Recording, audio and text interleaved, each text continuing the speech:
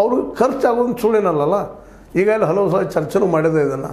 ಯಾಕಪ್ಪ ಅಂದ್ರೆ ಒಬ್ಬ ರೈತ ಒಂದು ಎಕರೆ ಕಬ್ಬು ಬೆಳಿಬೇಕಾಯ್ತು ಅಂತ ಮತ್ತೇನು ಮಾಡ್ಬೇಕಾಯ್ತು ಅಂದ್ರೆ ಗಳೆ ಗಾಡ ಭೂಮಿ ಹದ ಮಾಡ್ಕೊಳ್ಳೋದು, ಬೀಜ ಹಾಕೋದು, ನೀರು ಹಾಕೊಳ್ಳೋದು, ಬೀಜಗಳು ತರೋದು, ಬೀಜ ತಂದು ಹಾಕೋದು, ಸಾಲು ಬಿಟ್ಕೊಳ್ಳೋದು, ಬಂದು ಎರಡು ಕೆಲಸಗಳು ನಿರಂತರವಾಗಿ ನಡೆಯುವಂಥದ್ದು ಎಷ್ಟು ಖರ್ಚು ಬರ್ತದೆ. ಮುಂದೆ ಈಗ ಹಲವು ಸಲ ಚರ್ಚೆನೂ ಮಾಡಿದ್ದೆ.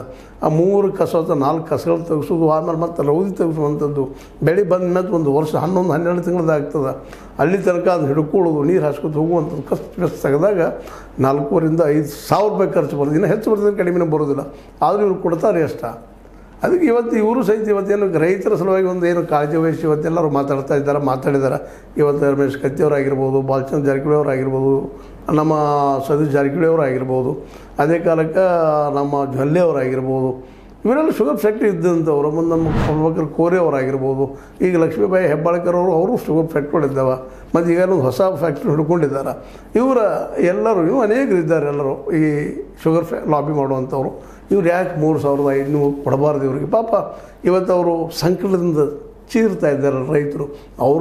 ಅವ್ರು ಏನು ಮಾತಾಡಿದ್ದಾರೆ ಅದು ನಾವು ಯಾರು ಬಿತ್ತರಿಸ್ತಾ ಇದ್ದೀವಿ. ನೀವು ನೋಡಿದಿರಿ, ಅವ್ರು ನೋವಿನಿಂದ ಬಂದಂಥವು. ಯಾರ ಮೇಲೆ ಯಾರಿಗೂ ದೃಷ್ಟಿ ಇಲ್ಲ. ಅವ್ರಿಗೆ ಬೇಕಾಗಿದ್ದೇನಪ್ಪ ಅಂದ್ರೆ 3,500 ಮತ್ತು ಅದು ಯೋಗ್ಯ ಅದ. ಯಾಕಂದ್ರೆ ಇಲ್ಲ ಮಹಾರಾಷ್ಟ್ರದಲ್ಲಿ 4,000 ಕೊಡೋ ಮುಂದೆ ರಿಕವರಿ ಹೆಚ್ಚು ಮಾಡೋದಲ್ಲೇ ನೀವು ಡಿಸೈಡ್ ಮಾಡ್ತಾ ಇರ್ತೀರಿ. ಮಿನಿಮಮ್ 11-12 ರಿಕವರಿ ಹೆಚ್ಚು ಆಗುತ್ತದ ಅನ್ನುವಂಥದ್ದು ಬೇಡ.